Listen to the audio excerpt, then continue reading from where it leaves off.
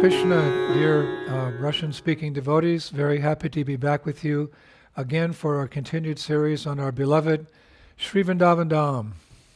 Харе Кришна, дорогие русскоязычные преданные, и добро пожаловать на нашу продолжающуюся серию лекций о нашей возлюбленной Шри Вриндаван-Dhаме.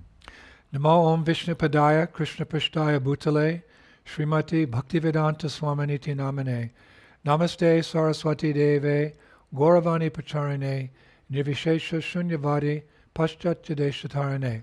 All glories to Prabhupada. So today we're moving on from our series about Govardhan Hill. Сегодня мы переходим к следующей теме после серии о холме Говардхане.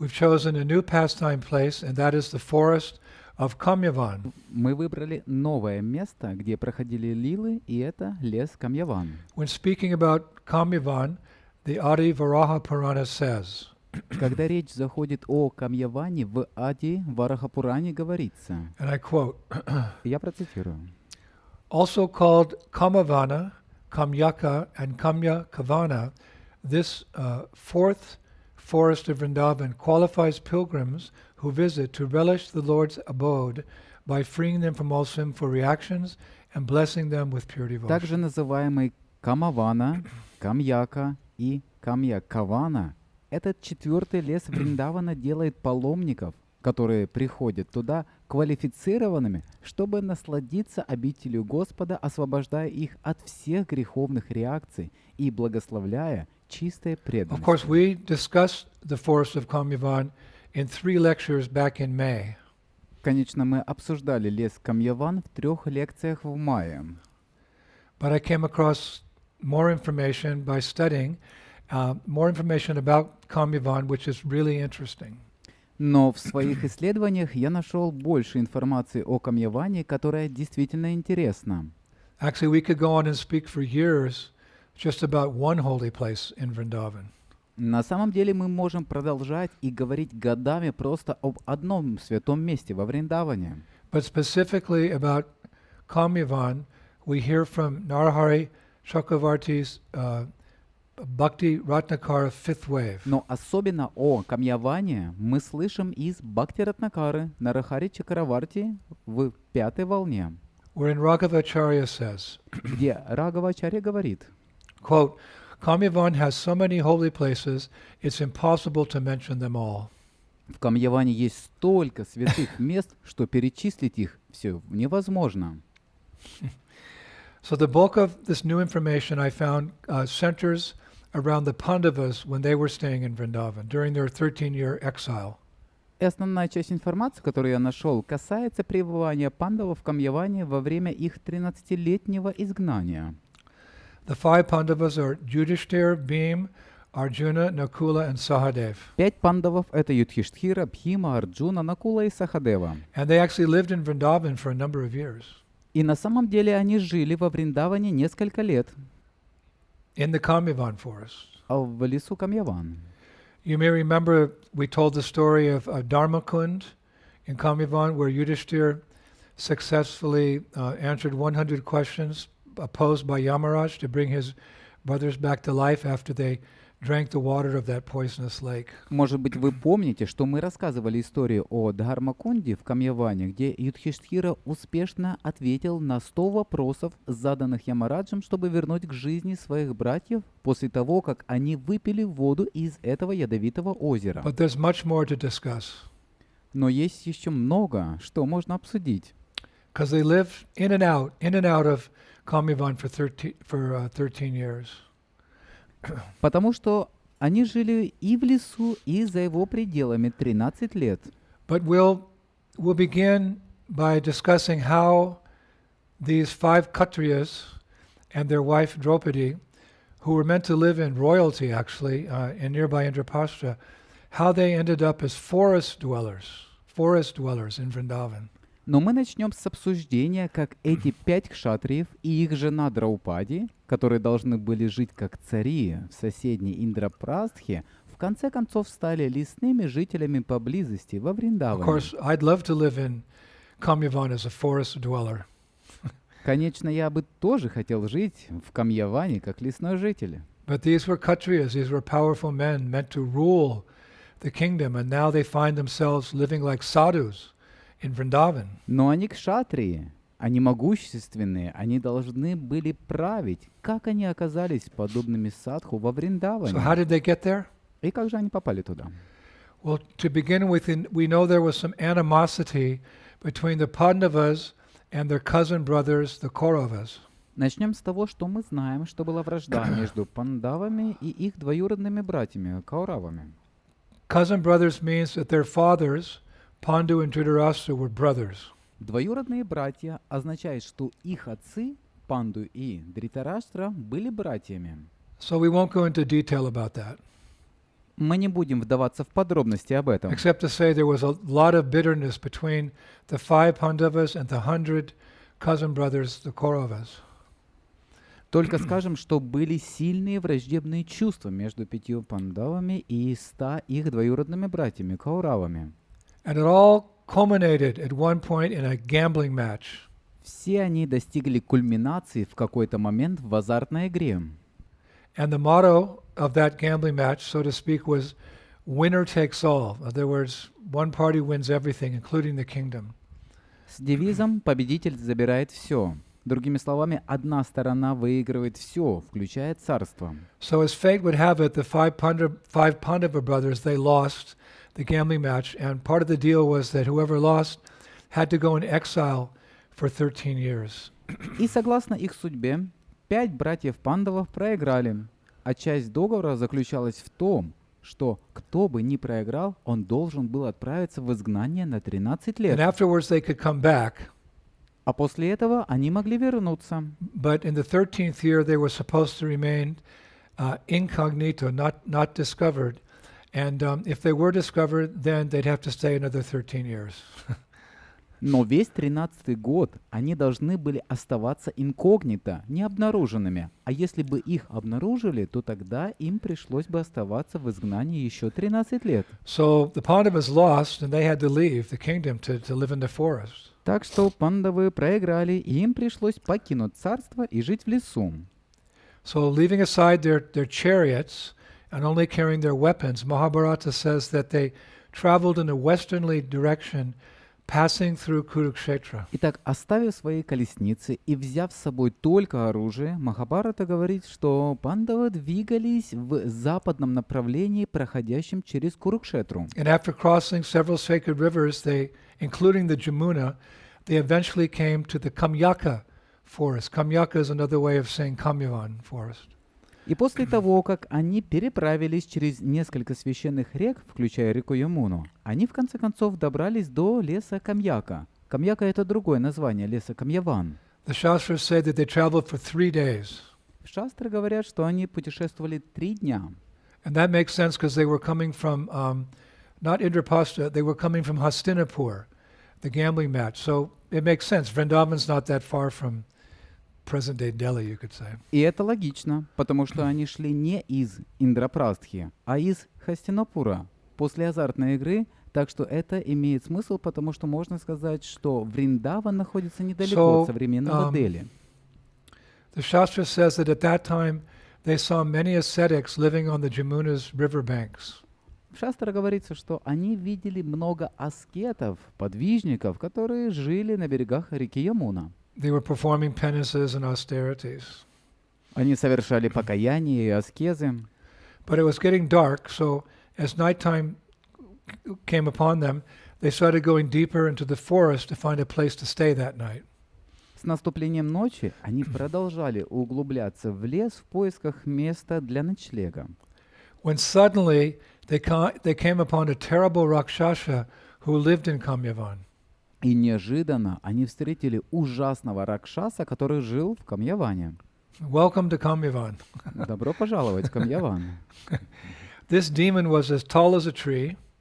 Этот демон был такой же высокий, как дерево. He held a blazing torch. Он держал пылающий факел.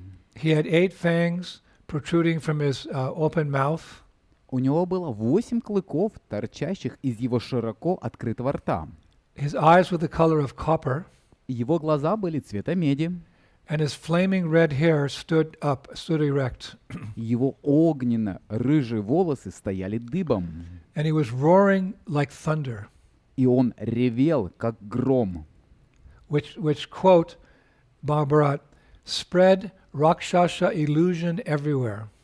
который, цитата из Махабхараты, распространял иллюзию Ракшаса повсюду. Rakshasa illusion everywhere. Иллюзия Ракшасы повсюду. So this completely confused the Pandavas. И это совершенно сбило с толку пандавов. And this roaring, this terrible roaring, it caused birds and other creatures to fall down everywhere, and deers, buffaloes, leopards, and bears to run in all directions. И этот рев, этот ужасающий рев заставил птиц и других живых существ падать на землю повсюду, а оленей, буйволов, леопардов и медведей разбегаться в разные стороны. And it caused a violent wind to blow up, И он вызвал сильный ветер, making dust clouds swirl around everywhere. заставляя облака пыли кружиться повсюду. So the Pandava boys, they weren't scared, Юноши Пандавы не были напуганы, but Draupadi was scared. но Драупади испугалась. And when she saw this horrifying creature, it's described that she closed her eyes and stood amongst her husbands like, quote, an agitated river amid 5 hills. Когда Драупади увидела это ужасное существо, она закрыла глаза и встала посреди своих мужей, цитата, как взволнованная река посреди 5 холмов. Then Yudhisthira said to the Rakshasa, Затем Юдхиштхира сказал Ракшасу: who are you and what do you want of us? «Кто ты и что тебе нужно от нас?» So the Rakshasa replied, I am Kirmira, Kirmira. Ракшас ответил: «Я Кирмира. I live in this forest of Camiavan, Я живу в этом лесе Камьяван, and I eat men foolish enough to come here, and who are you all that have come today to be my food?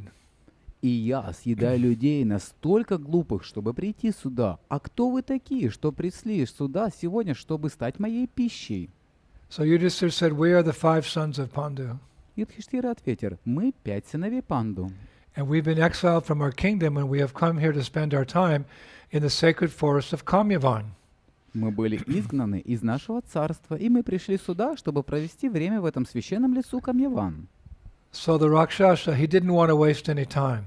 И Ракшас не хотел тратить времени. He said, then first I shall devour Bhima. И он сказал: «Тогда сперва я проглочу Бхиму». And then the Shastra says that Bhima, always eager for combat, he tore up a big tree and stripping it of its branches, he rushed forward to fight with the demon. Шастры говорят, что Бхима, всегда жаждущий сражаться, вырвал огромное дерево и, очистив его от веток, бросился навстречу демону. Then it's described that just as Indra throws his thunderbolt, Bhima brought that tree down on the head of the Rakshasa. Затем описывается, что точно так же, как Индра метает свою молнию, так Бхима обрушил дерево на голову Ракшаса. And that the tree smashed into pieces. Дерево разлетелось на куски, But the demon was unfazed. но демон был невозмутим. So then Kirmira, the demon, he threw that flaming torch at Bhima.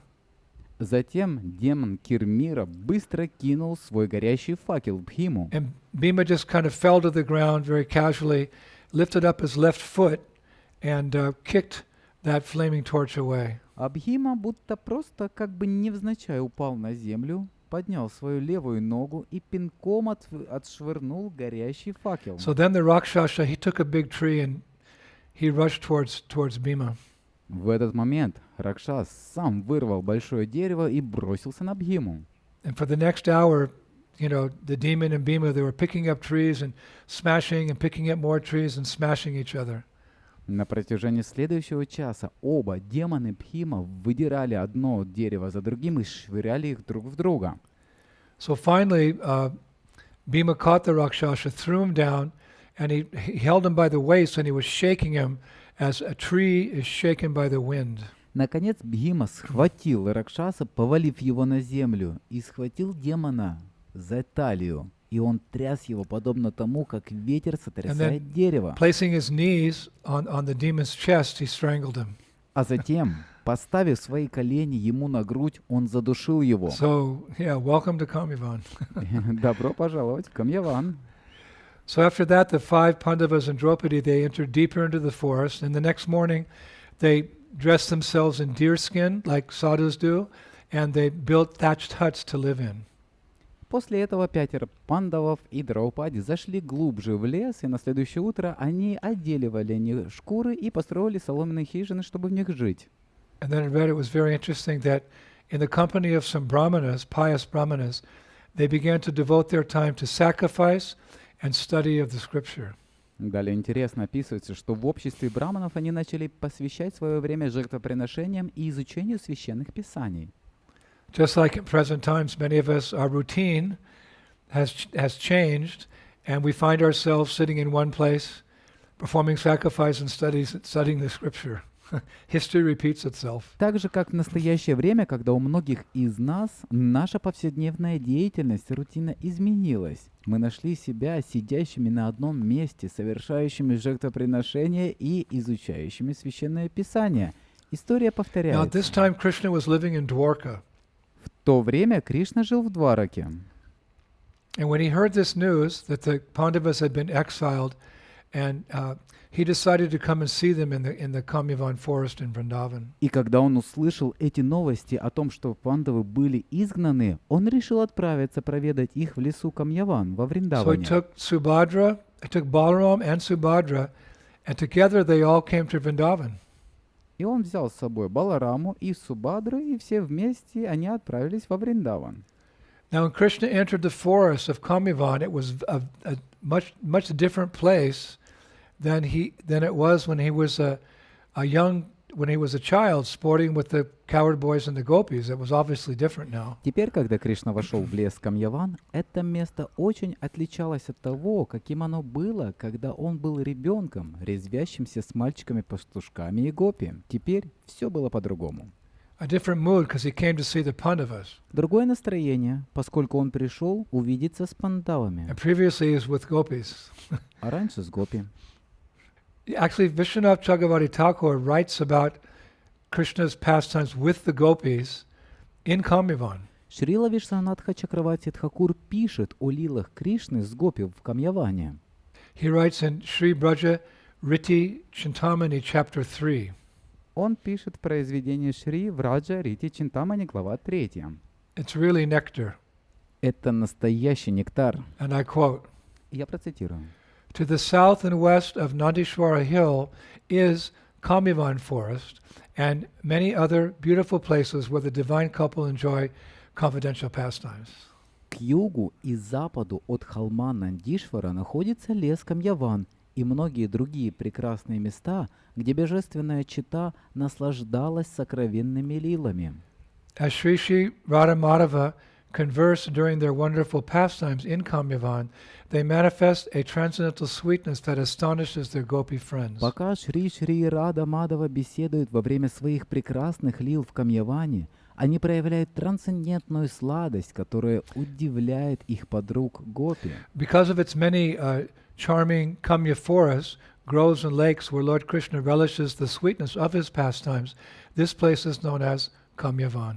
Из-за его многочисленных очаровательных лесов, рощ и озер, где Господь Кришна наслаждается сладостью своих лил, это место называется Камьяван. So those pastimes with the gopis, those are super excellent pastimes. Эти лилы с гопи — это супер прекрасные лилы. And we know that Krishna's partial to the Brajabasis. Мы знаем, что Кришна неравнодушен к Бриджабасе. At the same time, we should also understand that he loves all of his devotees and is eager to fully reciprocate with their love for him at any time. Но в то же время мы также должны понимать, что Он любит всех своих преданных и стремится в любое время полностью ответить на их любовь, Regardless of whatever rasa they have with him. независимо от того, какая раса есть у них с Ним, Like he's having now with the Pandavas. такую, как у Него сейчас с пандавами. In the Brihad Bhagavatamrita, we hear Narada Muni glorify the special love the Pandavas have for Krishna and Krishna has for the Pandavas. Из Брихат Бхагаватамриты мы узнаем, как Нарада Муни прославляет особую любовь, которая есть у пандавов к Кришне, а у Кришны есть к пандавам. It's in 1:5:32. 1.5.32. Narada Muni says to the Pandavas, Нарада Муни говорит, обращаясь к пандавам. Is anyone bold enough to let his tongue describe the unique love for Krishna that each of you has, or the special mercy he bestows upon you? О великие святые Пандавы, если кто-нибудь достаточно смелый, чтобы позволить своему языку описать необыкновенную любовь к Кришне, которой обладает каждый из вас, или особую милость, которую он проливает на вас. And in the Mahabharata, Udyoga Parva 88, in text 88 and 89, we hear Krishna say how much he loves the Pandavas. А из Махабараты, Уджьога Парва 88-89, мы узнаем, насколько сильно Кришна любит He пандавов. says, Yastan dveshti namam dveshti, yastan anu samam anu, aikatmyam dharma shidhi, pandavayar dharma charibi. He says, he who hates the Pandavas hates me, and he who follows them follows me. Know that I am one in spirit with the righteous Pandavas. Он говорит, тот, кто ненавидит пандавов, ненавидит меня, а те, кто следует за ними, следуют за мной. Знайте, что я един духом с праведными пандавами. So yes, Krishna loves all devotees. Да, Кришна любит всех преданных. That's very clear also in Chaitanya Charitamrita. Kaviraj Goswami says in Anjalila 281. И об этом очень четко говорит Кришнадас Кавирадж в Чайтанья Чаритамрите Антья-лила 2.81. Showing how Krishna loves all devotees. Показывает то, каким образом Кришна любит всех преданных. Premavasa Gora Prabhu Yanhad Premotama Premavasa Hasa Taha Dana Darshana. Quote, Lord Gaurasundar is greatly influenced by the love of his devotees. Therefore, wherever there is pure devotion to the Lord himself, subdued by such love, appears and his devotees see him. Господь Гаурасундара находится под сильным влиянием любви своих преданных. Поэтому везде, где есть чистая преданность Господу, сам Господь, покоренный такой любовью, появляется, и его преданные видят его.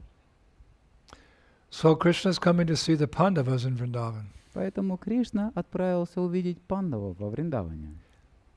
So Krishna saw, when Krishna saw Yudhisthira and his brothers dressed in deer skins and stripped of their kingdom, both he and Balaram were really upset, really enraged. Итак, когда Кришна увидел Юдхиштхиру и его братьев, одетых в оленьи шкуры и лишенных своего царства, он и Баларама пришли в ярость. Krishna said, I cannot tolerate this injustice. Кришна сказал, я не могу терпеть эту несправедливость. Now the Pandavas were resigned to stay in Kamyavan because they were very virtuous. They didn't want to break the deal they had with the Kauravas. They were very virtuous. They weren't going to go back on their word.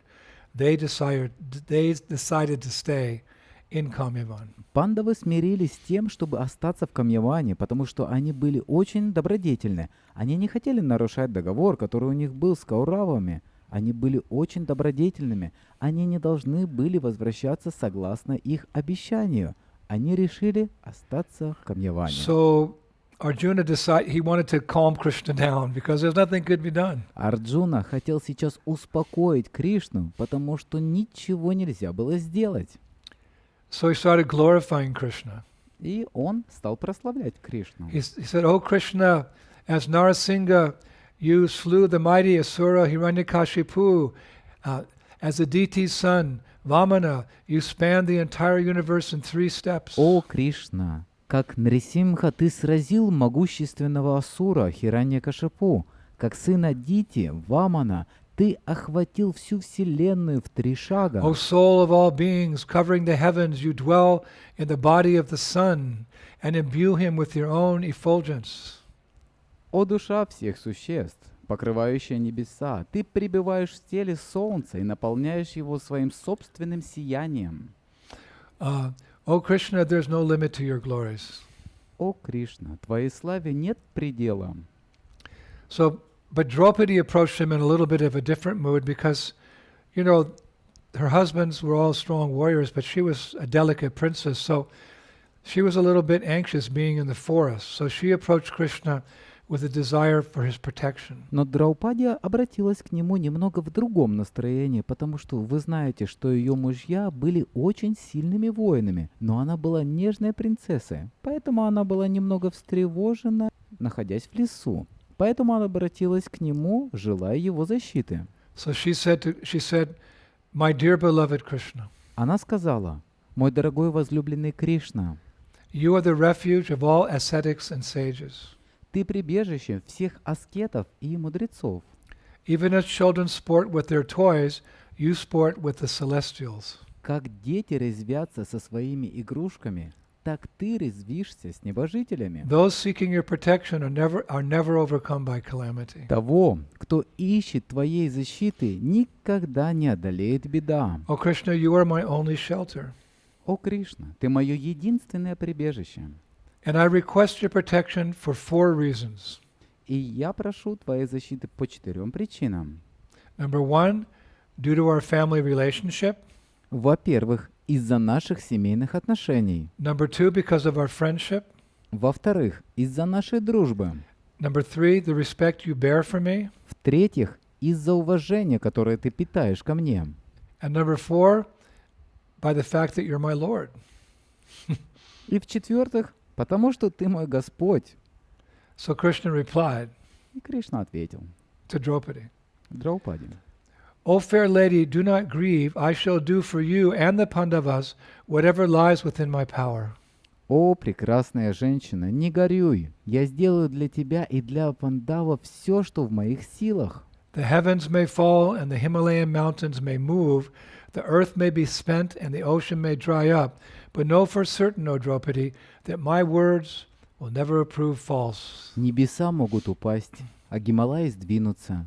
Земля может истощиться, а океан может высохнуть. Но знай наверняка, Драупади, что мои слова никогда не окажутся ложью». So then Krishna stood up to leave. Затем Кришна встал, чтобы уйти. He knew there was nothing he could do to stop the 13 years, again, because Yudhishthira and his brothers were so virtuous, they would never break their word. Он знал, что ничего не сможет сделать до конца 13 лет, потому что он понял, что Юдхиштхира и его братья были слишком добродетельными, чтобы нарушить свое слово. And being able to see past, present, and future, Krishna knew there'd be a big battle, Kurukshetra. And as a result of that battle, the Pandavas would have their kingdom back anyway.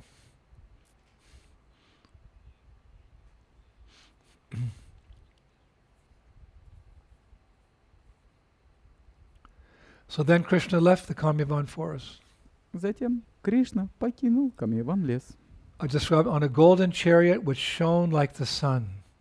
на своей золотой колеснице, сияющей, словно солнце. And one acharya concludes this pastime by saying, И один ачарья завершает эту лилу такими словами. Tribulations continue to beset the Pandavas even in Krishna's land, but because they were absorbed in talks of Krishna's Braja pastimes, their stay in Kamyavan was amongst the best of their lives. Несчастья продолжали подстерегать пандавов, даже на земле Кришны. Но поскольку они были поглощены разговорами о лилах Кришны во Враджи, их пребывание в Камьяване было самым лучшим временем в их жизни. That's very instructive for all of us, Это очень поучительно для всех нас. that we can transcend any difficulties, even calamities, tragedies that may happen in the years to come. We can be a little bit aloof from them by seriously hearing and chanting about Krishna, especially in Braj. Мы можем преодолеть любые трудности, даже бедствия, трагедии, которые могут произойти в ближайшие годы. Мы можем быть немного отстраненными, немного в стороне от них, серьезно слушая и воспевая о Кришне, особенно во We Враджи. have to remember that. Мы должны помнить об этом. There's a saying Jesus said, to be in this world, but not of this world. Это то же самое, как сказал Иисус. быть в этом мире, но не от мира сего. Like one sadhu, he said to me, one time he said, we were chanting japa together, he looked at me, he said, I'm not of this world. He was chanting very intently. And he looked at me and said, I am not of this world. Как однажды один садху сказал мне. Однажды он сказал, мы повторяли джапу вместе, он посмотрел на меня и сказал, я не из этого мира. Он повторял очень внимательно, и он посмотрел на меня и сказал, я не из этого мира. So I was thinking, I'd like to be like you. Так что я подумал, я бы хотел быть похожим на вас. And we're getting all of us a little experience through this, with these lectures we're having. It's just me just repeating what's there in the scripture, and you're listening. So we do, when we're engaged like this, we're aloof from the influence of the material energy. Это дает нам небольшой опыт от этих лекций, которые мы проводим. Хотя это просто повторение того, что есть в Писаниях, и вы слушаете. И будучи заняты таким образом, мы отстранены от влияния материальной энергии. Now, as the Acharya said, tribulations continue to beset the Pandavas in Kamyavan, but as we'll see as we go on now, Krishna always protected them. Таким образом, как сказали ачарьи, несчастья продолжали преследовать пандавов в Камьяване. Но, как мы увидим сейчас по мере продвижения, Кришна всегда защищал их. For example, К примеру, one day, several months later, into their stay in the Kamyavan Forest, the five Pandava brothers had gone from the camp where they were staying for hunting, and they left Draupadi behind. однажды, несколько месяцев спустя, после того, как они остановились в лесу Камьяване, 5 братьев пандавов ушли из лагеря, где они остановились на охоту, и они оставили Драупади позади. They actually left her in the care of some local brahmanas. На самом деле, они оставили ее на попечение некоторых местных браманов. And at that time, a king named Jayadratha, he was passing through Kamyavan with a small army on his way to getting married to a princess named Salyadesha.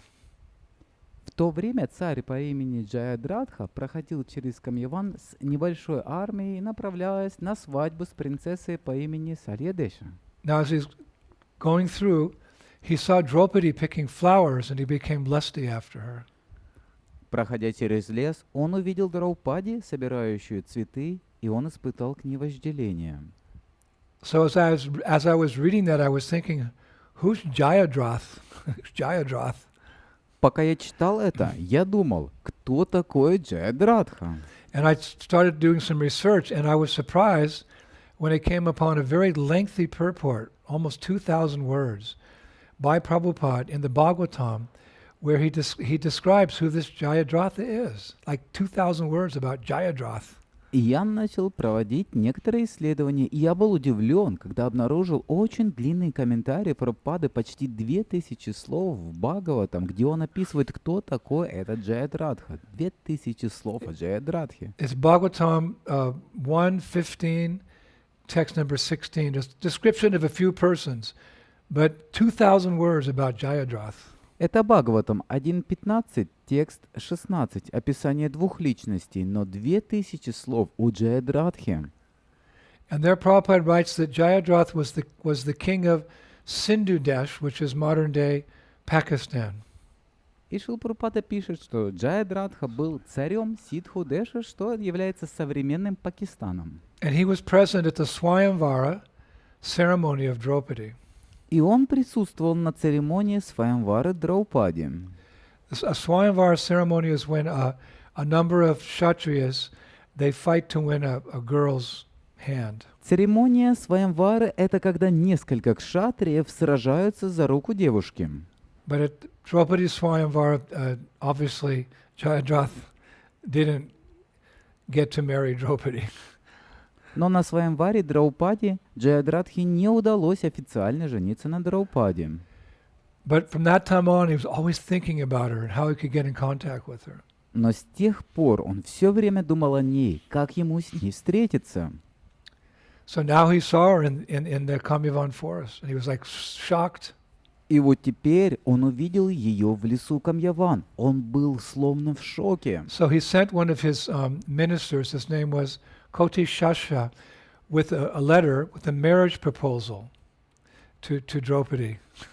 Он послал одного из своих министров, его имя было Котишашья, к Драупаде с предложением о замужестве. And it was really ridiculous because Draupadi was already married to the 5 Pandavas. Это было абсурдно, потому что Драупади уже была замужем за 5 пандавами.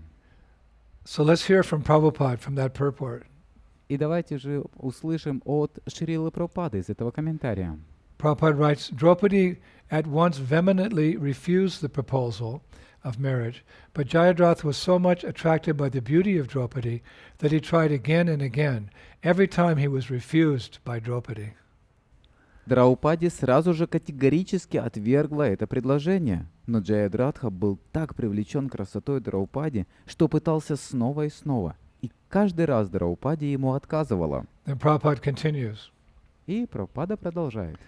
Then Jayadratha tried to take Draupadi forcibly away on his chariot, but Draupadi gave him a good dashing, and he fell like a cut-root tree. Тогда Джаядратха попытался насильно забрать Драупади на своей колеснице, но Драупади дала ему достойный отпор, и он упал, как срубленное под корень дерево. Don't mess with these Kshatriya ladies. Не связывайтесь с этой женщиной-кшатрием. But Jayadratha was not discouraged, and he was able to force Draupadi to sit on the chariot, and he whisked her away out of the forest. Но Джаядратха не был обескуражен и смог заставить Драупади сесть на колесницу, и она унеслась из леса прочь. So, just at that moment, Yudhishthir and the other brothers, they came into the forest, and they saw Jayadratha and the soldiers taking Draupadi away. Как раз в этот момент Юдхиштхира и другие братья вошли в лес. Они увидели, как Джаядратха и его солдаты увозят Драупади. So they followed behind and they attacked. It was a big fight, and the Pandavas were able to kill all of the soldiers of Jayadratha, every one of them. Они последовали за ними, атаковали, и была большая битва. И пандавы смогли убить всех солдат Джаядратхи, каждого из них. But Bhima caught hold of Jayadratha and he beat him very severely, but he didn't kill him. Но Бхима схватил Джаядратху и очень жестоко избил его, но он не убил его. Rather, he cut his hair. Kshatriyas are very proud of their top knots and their hair, so he cut his hair. Prabhupada said he only left 5 hairs on his head. Он срезал его волосы. Кшатрии очень гордятся верхними узлами своих волос, поэтому он срезал его волосы. Прабхупада говорит, что на голове у него было только 5 волосков. That's how you dishonor a Kshatriya. Вот так вы обесчестите кшатрия. And Krishna says, referring specifically to Kshatriyas in Bhagavad Gita, for one who has been honored, dishonor is worse than death. So this is a dishonor. So he was very embarrassed now, Jayadratha. Кришна говорит в Бхагавад-гите, обращаясь непосредственно к кшатриям. Для того, кто удостоился чести, бесчестие хуже смерти. Так что это было бесчестие. И теперь Джаядратха был очень смущен. And then surprisingly, Maharaj Yudhishthir was kind enough to have Jayadratha released. На удивление, Махарадж Юдхиштхира был достаточно добр, чтобы освободить его. And he returned to his country. И он вернулся в свою страну. But feeling insulted, he went to Gangotri in the Himalayas. Но чувствуя себя оскорбленным, он отправился в Ганготри в Гималаях. Gangotri is the source of the Ganges. Ганготри — исток Ганги в Гималаях. And there he practiced very severe penances and austerities И там он совершал суровые покаяния и аскезы to please Lord Shiva. для того, чтобы удовлетворить Господа Шиву. He appealed to Lord Shiva. Он обращался к Господу Шиве. So eventually Lord Shiva appeared and he gave Jayadratha a really special benediction. И в конце концов, когда явился Господь Шива, он дал Джаядратхе особые благословения, Very unusual. очень необычные. The benediction was that whoever caused his head, Jayadratha's head, to fall on the ground, that person would die at once. Благословение было таково, что смерть немедленно постигнет того, от чьей руки падет его голова. So what's the benefit of that blessing? No one's going to want to fight with him, because if you kill Jayadratha and his head goes on the ground, then you die, the one who tried to kill him. Так какая же польза от этого благословения? Никто не хотел сражаться с ним, потому что если вы убьете Джаядратху, и если его голова упадет на землю, тогда вы умрете. Really interesting benediction. Очень интересное благословение. But with that benediction, Jayadrath, he fought in the battle of Kurukshetra, and he sided with the Kauravas. Но с этим благословением Джаядратха сражался в битве на Курукшетре, и он встал на сторону Кауравов. The 100 Kauravas. He sided with them. So during the fighting, Arjuna took a vow to kill him because he never liked the fact that Yudhishthira released him earlier. Итак, он встал на их сторону, и во время сражения Арджуна дал обет убить его, потому что ему никогда не нравился тот факт, что Юдхиштхира раньше отпустил его. And when Jayadrath heard this, he wanted to leave the battlefield. He got scared. И когда Джаядратха услышал это, то он захотел покинуть поле битвы. Он был напуган. And he actually asked the Kauravas for permission to do so. На самом деле он даже попросил позволения Кауравов сделать это. But he was not allowed to go. Но ему это не позволили. And he ended up actually fighting with Arjuna. Поэтому ему пришлось сразиться с Арджуной. So while that fight was going on, Krishna reminded Arjuna of the benediction that Lord Shiva gave Jayadrath. Пока шло сражение, Кришна напомнил Арджуне о благословении, которое Господь Шива дал Джаядратхе. That whoever would cause his head to fall, Jayadrath's head to fall on the ground, that person would die at once. Что смерть немедленно постигнет того, от чьей руки падет его голова. So Krishna advised Arjuna to sever Jayadrath's head in the fight, catch the head before it hit the ground, and then throw the head to Jayadrath's father, who was engaged in penance and austerities at a place called Samanta Panchaka. Samanta Panchaka is a holy place near Kurukshetra. Поэтому Кришна посоветовал отсечь голову Джаядратхи во время битвы и поймать ее до того, как она упала на землю, а затем бросить эту голову к отцу Джаядратхи, который совершал покаяние и асказы в Саманта-Панчаке. Это место, святое место возле Курукшетра. So this is what Arjuna did. И это то, что сделал Арджуна. He cut off his head, Jayadrath's head, Он срезал голову Джаядратхи and threw it to his father, who was meditating far away in Kurukshetra. и бросил ее его отцу, который медитировал далеко на Курукшетре. And Prabhupada writes, Шрила Прабхупада пишет: Jayadrath's father was surprised to see a severed head on his lap, and he at once threw it to the ground. Thus the father immediately died, his forehead being cracked in 7 places. Отец Джаядратхи был удивлен, увидев отсеченную голову на своих коленях, и он тут же бросил ее на землю. Так отец немедленно умер, его лоб раскололся на 7 частей. A lot of Kshatriya pastimes today. Что за лилы кшатриев сегодня? Now in a purport in Bhagavatam 1:15-11, Prabhupada relates another pastime that happened in Kamyavan that included Duryodhana. Duryodhana was the eldest of the Kauravara brothers. В комментарии к Бхагаватам 1.15.11 Шрила Прабхупада рассказывает другую лилу, которая произошла в Камьяване, в которой участвует Дурьодхана.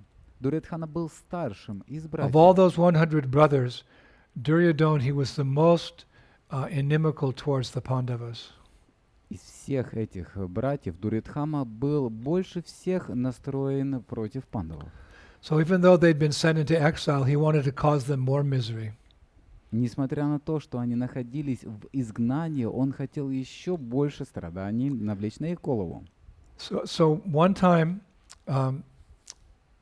Duryodhana, he took a small army with him, and they went to Vrindavan, they went to Kamyavan, and they set up camp not far from the thatched huts, the grass huts of the Pandavas, where the Pandavas and Draupadi were living. Very simply, doing sacrifices and studying scripture. So he set up a big army nearby. Однажды Дурьодхана пришел с маленькой армией в Камьяван и разбил там лагерь неподалеку от соломенных хижин, в которых жили Пандавы и Драупади. Для того, чтобы совершать жертвоприношения и изучать Писание, он And there Duryodhana and his soldiers, they partied day and night, drinking and rabble-rousing and screaming and, for a long time. So much so the Pandavas couldn't even sleep. И там Дурьодхана и его воины день и ночь громко развлекались, пели, гулялись, веселились, не давая пандавам спокойно спать. So seeing this outrageous behavior, Lord Indra, in the heavenly planets, he became furious and he sent his commanders in a small army to arrest Duryodhana. Видя это возмутительное поведение, Господь Индра на райских планетах пришел в ярость и послал своих военачальников арестовать Дурьодхану. And there was a big fight, but the demigods, they quickly subdued Duryodhana's army, and they kidnapped him. They took him away. И завязалась большая битва, но полубоги быстро покорили армию Дурьодхана и даже пленили его. But when Yudhishthir came to know that his cousin brother Duryodhana had been kidnapped, he asked Arjuna and Bhima to go save him. Но узнав о пленении своего двоюродного брата, царь Юдхиштхира попросил Бхиму и Арджуну его освободить. But Bhima and Arjuna, they were like flabbergasted at being asked to rescue the person who had orchestrated, you could say, their 13-year exile in the forest. Like, what? Бхима и Арджуна были ошеломлены тем, что их просят спасти человека, который организовал их изгнание на 13 лет. Как? Что? But then Yudhishthira explained a very important principle, really, that all Vaishnavas should bear in mind. Однако Юдхиштхира Махарадж объяснил важный принцип, который должны помнить все вайшнавы. He said, and I quote, Он сказал, и я процитирую, "We may argue and even fight amongst one another as brothers, but when someone from outside our family attacks, we must stand together, united against our common enemy." мы можем спорить и даже сражаться друг с другом как братья, но когда кто-то посторонний нападает на нашу семью, мы должны вместе противостоять нашему общему врагу. So who's the common enemy of the Vaishnavas? Итак, кто же общий враг вайшнавов? Well, there may be in the future some enemies, but the real enemy is Maya, illusion. Возможно, в будущем будут какие-то враги, но настоящий враг — это майя, иллюзия. So we have to cooperate together to overcome illusion. Поэтому мы вместе должны сотрудничать для того, чтобы превзойти иллюзию майю. As requested, Arjuna and Bhima, they defeated the demigods and they saved Duryodhana. Как и просил, Арджуна и Бхима победили полубогов и спасли Дурьодхану. Unfortunately, Duryodhana took Yudhishthir's gesture of kindness as a sign of humiliation and dishonor. К несчастью, Дурьодхана расценил проявление милосердия Юдхиштхиры как проявление позора и бесчестия. How so? Как так? In the sense that his enemy, Yudhishthir, rescued him. They thought that was humiliating. And his enemy rescued him. В том смысле, что его враг спас его, и это сделало его еще более злобным.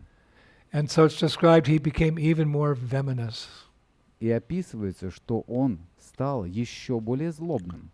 And when he was back in Hastinapur, he met with the great sage Durvasa Muni. И когда он вернулся в Хастинапур, он встретил величайшего мудреца Дурваса Муни. And he asked Durvasa Muni to go to Kamyavane and in some way embarrass or curse the Pandavas. И он попросил Дурваса Муни отправиться в Камьяман, чтобы опозорить и проклясть пандавов. So we all know that pastime. И все мы знаем эту историю. That pastime where the Akshaya Patra pastime, it's called. Эта игра называется Акшая Патра. We told that in detail in May. В мае мы в подробностях рассказывали эту игру. But basically, Durvasa Muni went with 60,000 disciples to see the Pandavas in the Kamyavan Forest. Но суть в том, что 60 тысяч учеников пошли вместе с Дурваса Муни в состоянии, попросили просада. He was expecting to be fed by them because when a saintly person comes to your residence, you should feed them. И он ожидал, что их накормят, поскольку когда святой человек заходит к вам в гости, то вы должны накормить And it его. was possible because Draupadi had that magic pot, Akshaya Patra, which could produce as much food as required to feed 1 million people. И это было возможно, потому что у Драупади был особый волшебный горшочек, который мог накормить их. But as soon as she took prasadam from that pot, at that moment, for that day, that pot lost its potency. Но в тот момент, когда она уже вкусила, то этот горшок уже не мог больше производить еды. So it appeared they weren't going to be able to feed Durvasa Muni and his disciples, so they were afraid of getting cursed. So Draupadi prayed to Krishna. Krishna came, he found a little piece of prasadam in the pot, he took it, and when he took it, Durvasa Muni and all his disciples were full, because if Krishna is satisfied, everyone's satisfied. И в тот момент, когда все это должно было произойти, они маленький кусочек дали для Кришны, и когда Кришна удовлетворен, то все почувствовали также сытость. В этом принцип, когда Кришна доволен, то все удовлетворены. So Durvasa Muni and his disciples left because they thought, well, if they prepare prasadam for us, we won't be hungry. We can't eat it. So they just left. And this way Krishna saved the Pandavas in the Kamyavan forest. Rake Krishna Mari Ke. Mari Krishna Rake Ke. If Krishna wants to kill you, no one can save you. And if Krishna wants to save you, no one can kill you or curse you. И таким образом они все почувствовали сытость, и они поняли, что у них нет аппетита для того, чтобы приходить и есть. И таким образом они были спасены. Если Кришна хочет кого-то спасти, то никто не может убить. Если Кришна хочет кого-то убить, то никто вас не спасет. So they didn't spend the whole 13 years in the Kamyavan forest. Итак, пандавы не провели все 13 лет в изгнании в Камьяване. Sometimes they would come and go. Иногда они приходили и уходили. For example, one time Arjuna left to go on pilgrimage in the Himalayas. Например, однажды Арджуна отправился в паломничество в Гималаи, And the other brothers in Draupadi, they stayed back in Kamyavan. пока остальные его братья Дарупади находились в Камьяване. And Arjuna was gone for a long time, actually, some years. Арджуна отсутствовал достаточно долго, несколько лет. And the brothers in Draupadi, they started getting worried. Его братья и Драупади стали беспокоиться. But then one day a great sage, his name was Lamasha Rishi, he came to Vrindavan. He actually came to the Kamyavan forest. И однажды в Камьяван пришел великий Ламаша Риши. And it's described that he was as radiant, he was radiant in his black deer skin, carrying only a water pot. Описывается, что от его тела исходило сияние, на нем была черная оленья шкура, и он нес только сосуд с водой. So the Pandavas received him very nicely, and then they inquired, like, Baba, how are your travels? Пандавы приняли его с почтением и расспросили: «Баба, как твои путешествия?» So Lamasha Rishi had some interesting news for them. У Ламаша Риши были очень интересные новости. He said, "O heroes, while traveling throughout the worlds, I went to Amaravati, Indra's capital city. О герои! Путешествуя по мирам, я отправился в Амаравати, столицу Индры. There I saw the exalted king of the celestials, Indra, and to my astonishment, your brother Arjuna was sharing his throne." Там я увидел возвышенного царя небожителей и, к моему удивлению, вашего брата Арджуну, который разделял с Индрой трон. It's not so astonishing because Indra is actually the son of, Arjuna is actually the son of Indra. И это не что-то удивительное, поскольку Арджуна является сыном Индры. So then he continued, he said, Indra asked me to come to you and assure you that Arjuna is okay. И далее он продолжал. Индра попросил меня прийти к вам и заверить в благополучии Арджуны. And then Lamasha Rishi, he told the Pandavas how Arjuna had acquired several celestial weapons in his travels, including a very nice weapon from Lord Shiva. Затем Ламаша Риши рассказал пандавам, как во время своих путешествий Арджуна получил некоторое небесное оружие, включая знаменитое оружие Господа Шивы. And that he had learned to sing and dance from the Gandharvas in his travels. И что у Гандарвов он научился петь и танцевать. Then he concluded, Затем он заключил. your brother, Arjun, asked me to lead you to the tirthas, holy places, so that you may gain pious merits. Ваш брат попросил меня провести вас к тирхам, чтобы вы могли обрести благочестивые заслуги. And Indra also made this request. Индра тоже попросил об этом. And it is my desire also. И таково также и мое желание. Although I've already been to so many tirthas, I would like to travel with you, and I would like to take you to these holy tirthas. Хотя я уже дважды посетил все эти тирхи, я также хотел пойти вместе с вами. So Yudhishthira was thrilled, Юдхиштхира просто потерял дар речи. a chance to travel a little bit. У него появился шанс немного путешествовать. So he said to the rishi, И он сказал Рише: O exalted Brahmana, your words are like a shower of nectar. Please show us all the holy places. «О, возвышенный Браман, твои слова подобны потоку нектара. Пожалуйста, покажи мне святые места». And then Yudhishthira turned to the local Brahmins who were helping them in the forest. Затем Юдхиштхира обратился к браманам, которые помогали им в лесу. And he said something interesting to them. И он сказал нечто очень интересное им. He said, O best of men, you may join us, but don't come if you are incapable of bearing hunger, thirst, severe climate, and fatigue of travel. All those desiring regular meals and living upon cooked food should stay back. «О, лучший из людей, вы можете пойти вместе с нами, но не делайте это, если вы не способны переносить голод, жажду, суровый климат и усталость от путешествий. Всем тем, кто хочет регулярно принимать пищу и не может обходиться без приготовления пищи, следует остаться». In other words, he was indicating the difficulties that come from traveling. Другими словами, он указывает на те сложности, которые приходится сталкиваться во время путешествий. Chanakya Pandit says that a cloth becomes old by leaving it in the sun. Чанакья Пандит говорит, что одежда стареет, когда она находится на солнце. A horse becomes old by not being used or engaged. Лошадь стареет, когда ей не пользуются.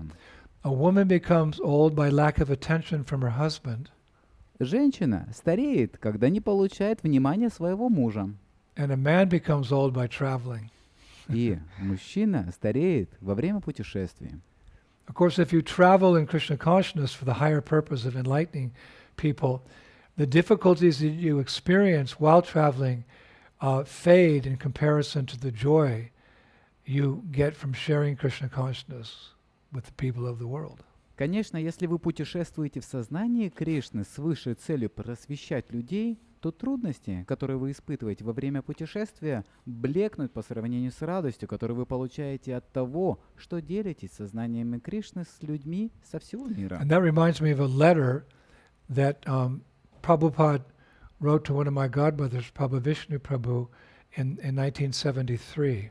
И это напомнило мне об одном письме, которое Шрила Прабхупада написал моему духовному брату, Прабхавишну Прабху, в 1973 году. Wherein Prabhupada was appreciating Prabhu Vishnu Prabhu's attempts to spread Krishna consciousness in England and Scotland, even though it was winter time and there were so many difficulties going on. Prabhupada was appreciating his travels. Шрила Прабхупада высоко ценил старания Прабхавишну распространять сознание Кришны в Англии и Шотландии, даже несмотря на то, что это было зимой и было так много трудностей. Прабхупада ценил его путешествия. And whenever Prabhupada said something to one disciple, generally, that could apply to all disciples.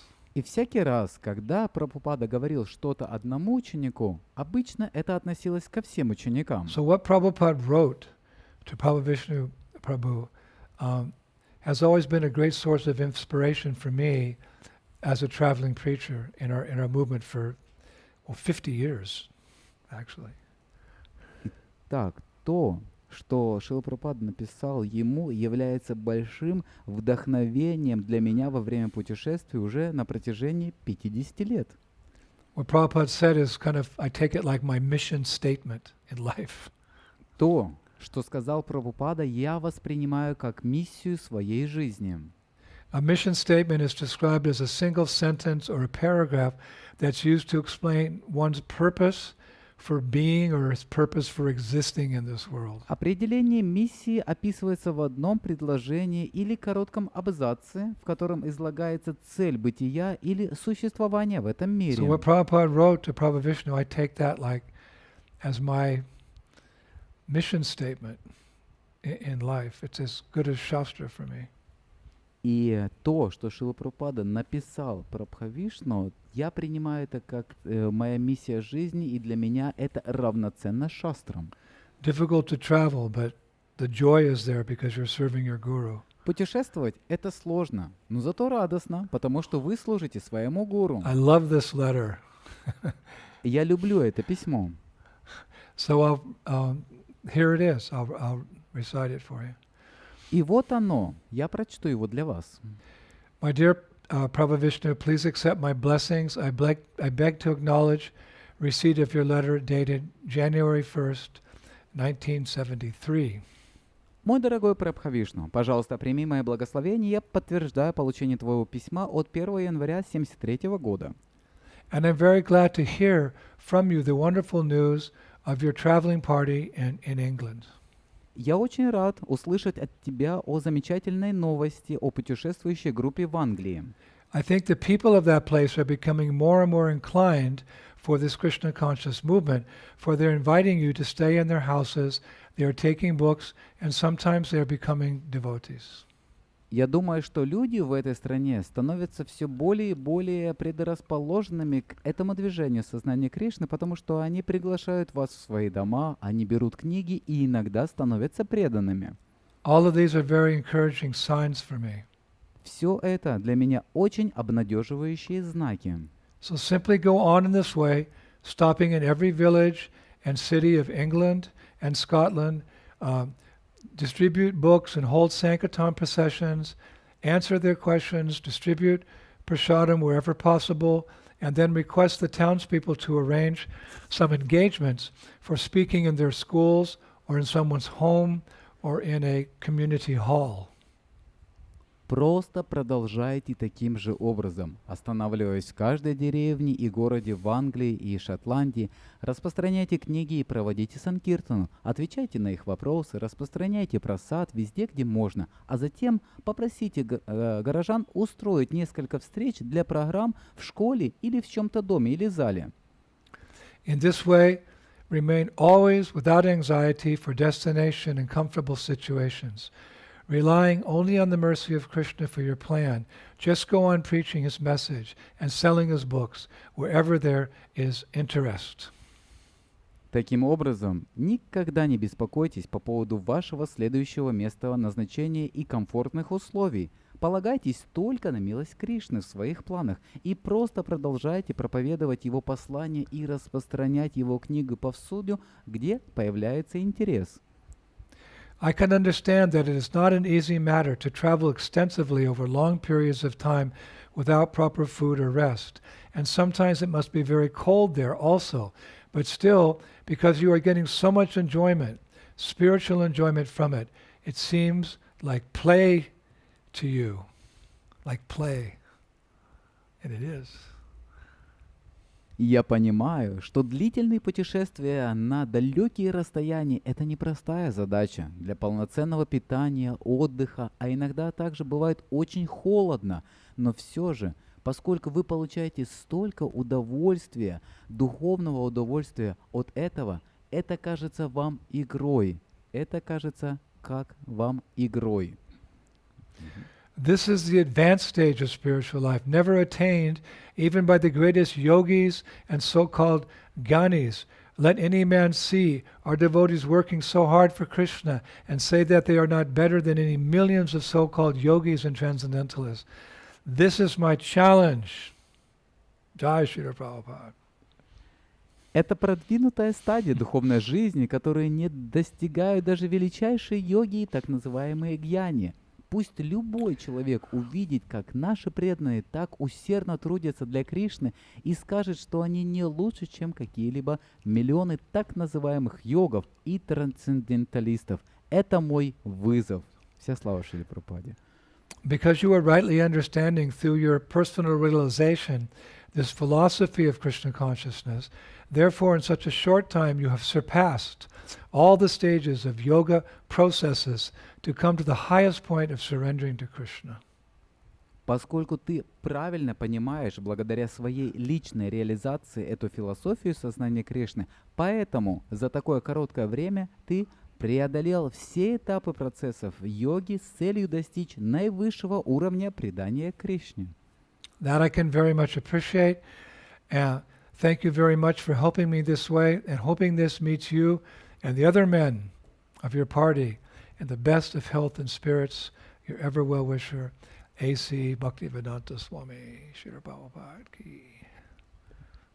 Я очень ценю это. Большое спасибо за то, что ты помогаешь мне таким образом. Надеюсь, мое письмо застанет тебя и всех преданных из твоей группы в наилучшем состоянии здоровья и в хорошем настроении. Твой вечный доброжелатель А.Ч. Бхактивиданта с вами. That letter is my heart and soul. Это письмо является моим сердцем и душой. I've read it thousands of times. Я прочитал его 1000 раз. And each time I feel that Prabhupada's personally inspiring me on in my preaching activities. И я чувствую, как Шрила Прабхупада лично вдохновляет меня в моей проповеднической деятельности. So back to Kamyavan. Итак, давайте вновь вернемся в Камьяван. And Maharaj Yudhishthira's request that no one accompany him and his brothers on their journey to holy places unless they're prepared to endure hardships. И по просьбе Махараджа Юдхиштхира, что те, кто не готовы были терпеть трудности, не должны сопровождать его и его братьев в путешествии по святым местам. So the Pandavas, minus Arjuna of course, made their way into the Himalayas. Итак, пандавы, за исключением Арджуны, конечно же, отправились в Гималаи. And they eventually arrived at Kuvera's celestial abode. Где они в конечном итоге достигли небесной обители Куверы. The Himalayas go even to the heavenly planets. Гималаи, они достигают и небесных планет. And eventually Arjuna joined them there. В конце концов, туда прибыл и Арджуна. And they stayed for 4 years. Они пробыли там 4 года. And then they desired to come back to Kamyavan. А затем вернулись обратно в Камьяван. I was reading that as they were coming, they stopped just before Kamyavan, and they waited for the month of Kartik to start before they came back into Kamyavan. Я читал, что когда они шли, они остановились как раз перед Камьяваном и стали ждать начала месяца Картики, прежде чем войти в Камьяван. We're sort of like that as well because, you know, many of us, we choose to come to India during the month of Kartik because it's such a special month. Мы в некотором роде такие же, потому что, вы знаете, многие из нас решают приехать в Индию в месяц Картика, поскольку это такой особенный месяц. So there they spent the whole of their 12th year in Kamyavan. Там, в Камьяване, они провели весь 12-й год. And then the 13th year in which they were supposed to be incognito, they went to Hodal. Затем, на 13-й год изгнания, когда они должны были оставаться инкогнито, они отправились в Ходал. Hodal is also situated in Vrindavan. It's described as an ancient dwelling place on the southern edge of the sacred forest of Bahulavan. Ходал тоже находится в Шри Вриндавандхаме. Он описывается как старинная обитель на южной окраине священного леса Бахулавана. I've been there. I remember there's a sacred kund called Pandava Kund there. И я был там, и я помню, что там есть озеро, которое называется Пандавакунда. So that's the story of the Pandavas in sacred Kamyavan. И это история пандавов в священном лесе Камьяван. And that really does complete our lectures, 4 lectures on Kamyavan. И она завершает наши 4 лекции о Камьяване In our beloved Vrindavan Dham. и о нашей возлюбленной Шри Вриндавандхаме. And while I was reading about Kamyavan, I came across a history that up until a couple hundred years ago, there was actually a wall around Kamyavan to protect it. И когда я читал о Камьяване, я наткнулся на историю, что пару сотен лет назад вокруг Камьявана была стена, защищающая его. And that wall had 7 gates И у стены было 7 ворот, facing in different directions. выходящие в разные направления. The first gate, it faced Seta Bandhu Kund in the town of Dig. Первые ворота выходили к Сету Бандхакунди в городе Дик. Dig is the name of a town. Дик — это название города. And the second gate, it faced Charana Pahadi. Вторые ворота выходили к Чаранапахади. I don't know what Charana Pahadi is. Я не знаю, что такое Чаранапахади, I'll find out. но я найду. The third gate was facing the deity of Vaishnavi Devi in Punjab. Третьи ворота были расположены к божеству Вайшнави Деви в Пунджабе. And the fourth was facing what is now Delhi. Четвертые ворота выходили к современному Дели. The fifth was facing Nandagram. Пятые были расположены лицом к Нандаграму. The sixth was facing Mathura, and the seventh was facing Varshana. Шестые расположены к направлению к Мадхури и седьмое к Варшане. But nowadays you can still see the Dharma Kund where Yudhishthir saved his 4 brothers that we И mentioned. даже сейчас можно увидеть знаменитую Дharmakунду, где Юдхиштхира спас своих 4 братьев, которых мы упомянули. And nearby there is another kund called Panch Pandava Kund. А рядом есть еще одна кунда, называемая Панча Пандавакунда. I've also been there. Я также был там. And next to that kund there was once a well called Pandava Kupa. И недалеко от него находится колодец под названием Пандавакупа, where the Pandavas used to take water from. из которого пандавы черпали воду. And Draupadi used to do her washing there. А Драупади использовал эту воду для мытья и стирки. But unfortunately that well doesn't exist anymore, К сожалению, этого колодца больше нет, like many holy sites. как и многих других святых мест. It was plowed under to make agricultural fields. Он был закопан, когда вспахивали сельскохозяйственные поля. But you can still have darshan of Kameshwara Mahadeva, one of the deities of Lord Shiva that was installed by Brajranab in Но вы Vrindavan. все еще можете получить даршан Камешвара Махадева, одного из божеств Господа Шивы, которое было установлено в Раджанабхам во Вриндаване. It's a nice temple. Это прекрасный храм, It's a Shiva lingam there. и там находится Шивалингам. And there's a small lake beside the temple that's known as Mani Karnika Kund. Mani Karnika Kund. Рядом с храмом есть небольшое озеро, известное как Мани Карника Кунд. And it's written that when King Brishabhanu and his wife Kirtida Sundari were desiring to have children, they went on pilgrimage to Kamyavan and they offered heartfelt prayers to Kameshwara Mahadeva. Описывается, что царь Вришабхану и его супруга Киртиди Сундари, желая иметь потомство, совершили паломничество к Камьявану и вознесли искренние молитвы Камешвара Махадеву for his blessings to have children. для их благословения иметь детей. And they bathed with great devotion in that Mani Karnika Kund. И затем с великой преданностью омылись в Мани Карника Кунде. And Mahadev answered King Brishabhana's prayers, as we know, because Kirtida Sundari gave birth to 3 divine children, one after the other.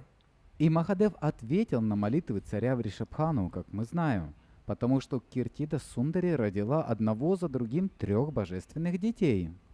Sridham, one of Krishna's cowherd boyfriends, Vrindavaneshwari, Shrimati Radharani, and her sister Ananga Manjari. Шридаму, одного из друзей пастушков Кришны, Вриндаванешвари, Шримати Радхарани и ее сестру Ананга Маджари.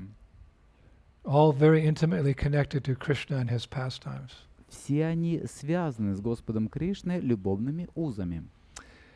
So, I pray that today's lecture has deepened your appreciation for Kamyavan again, Vrindavan Dham in general, and of course our beloved Krishna and his eternal consort, Srimati Radharani. И я молюсь, чтобы сегодняшняя лекция помогла вашему более глубокому пониманию Камьявана и Вриндаван Дхаму в целом, и, конечно же, нашего возлюбленного Кришны и его вечной спутницы Шримати Радхарани. And we're indebted actually to the 5 Pandava brothers and Draupadi for showing us how to always be engaged in Krishna consciousness and how to deal with tribulations, even when we're in the Dham, because sometimes you get sick, sometimes it's too cold, sometimes it's too hot, but they never forgot Krishna.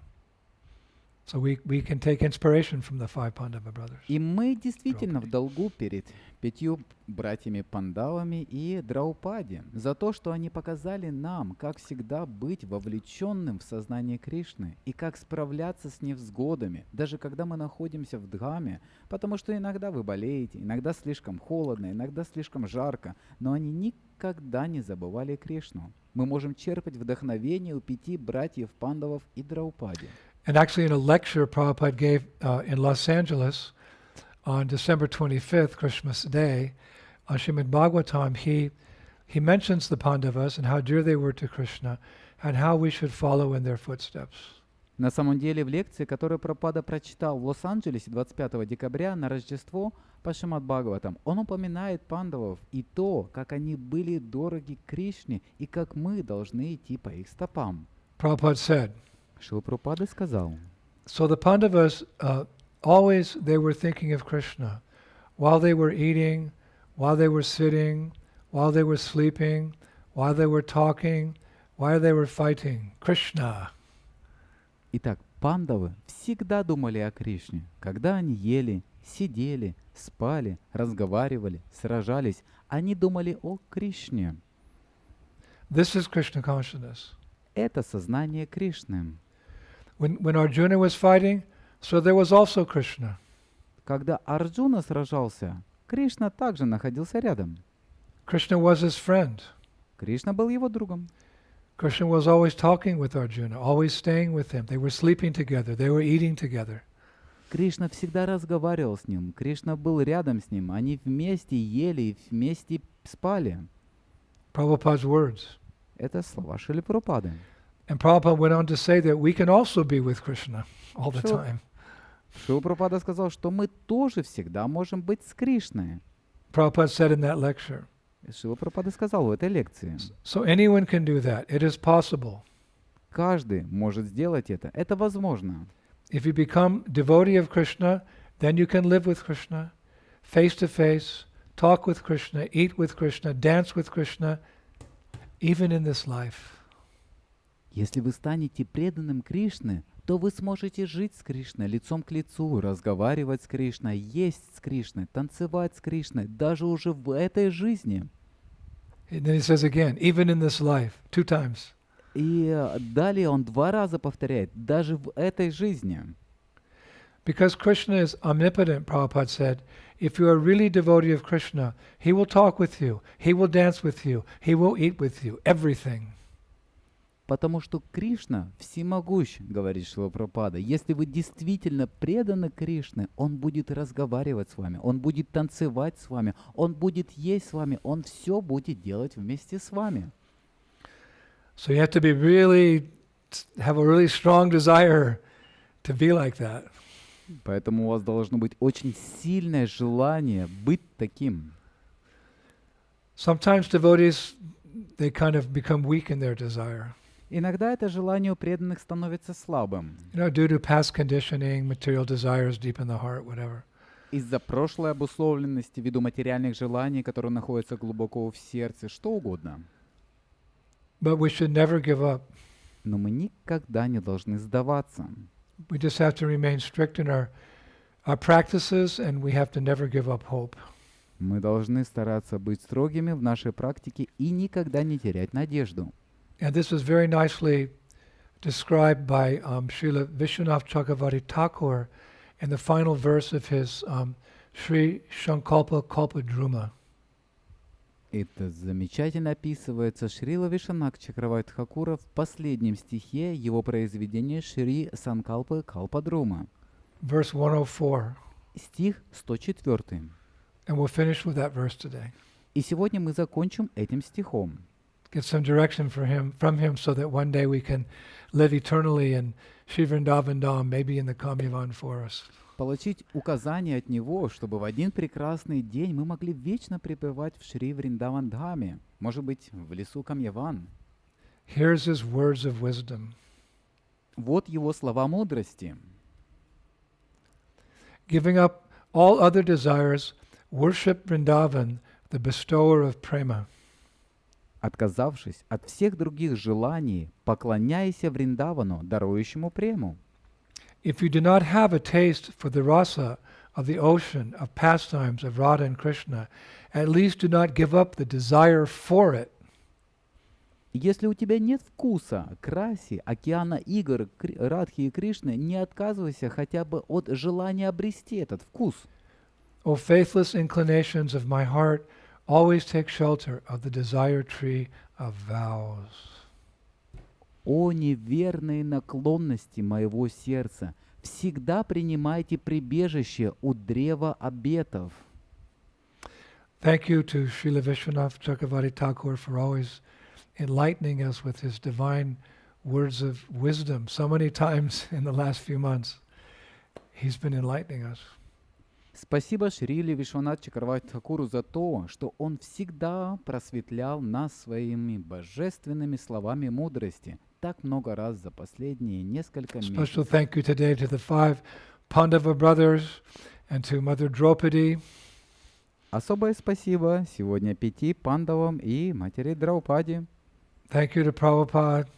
Спасибо Прабхупаде. Thank you to Vrindavan Dham. Спасибо Вриндавандаму. Thank you to all of you, Russian-speaking devotees, Спасибо всем вам, русскоязычным for преданным. giving me this opportunity to, although I have really no qualification, thank you for giving me this opportunity to share all this very deep wisdom and wonderful pastimes with you week after week after week after week. Спасибо всем вам, русскоязычные преданные, за то, что вы предоставили мне возможность делиться с вами этой глубокой мудростью и чудесными играми неделя за неделей, недели за неделей. I can't wait to come back to Russia and Ukraine and Kazakhstan and Uzbekistan and all those places where I've spent a good part of my life. I can't wait to come back. Мне не терпится вернуться в Россию, Украину, Казахстан, Узбекистан и все те места, где я провел большую часть своей жизни. Я просто не могу дождаться, чтобы вернуться. What a wonderful reunion that will be. Какая-то будет чудесная встреча. So thank you very much, all of you. We'll see you in a few days through the medium of transcendental sounds for now. Так что большое спасибо вам всем. Увидимся через несколько дней, пока через трансцендентные звуки. Shri Shri Gauranitai ki, Shri Shri Krishna Balaram ki, Shri Shri Radha Shama Sundar ki. Vrindavan Eshwari Shrimati Radharani Ki, Srila Prabhupada Ki, the holy forest of Kamyavan Ki, the Pandavas Ki, Vrindavan Dham Ki, back home, back to Godhead Ki, Goloka Vrindavan Dham Ki. Take everybody with us back to the lotus feet of Srila Prabhupada Ki. Jai Jai Sisi Radhe, Shyam Shyam Shyam. Hare Krishna. Thank you. Харе Кришна, спасибо всем большое. Шрила Гурудева Ки Джай.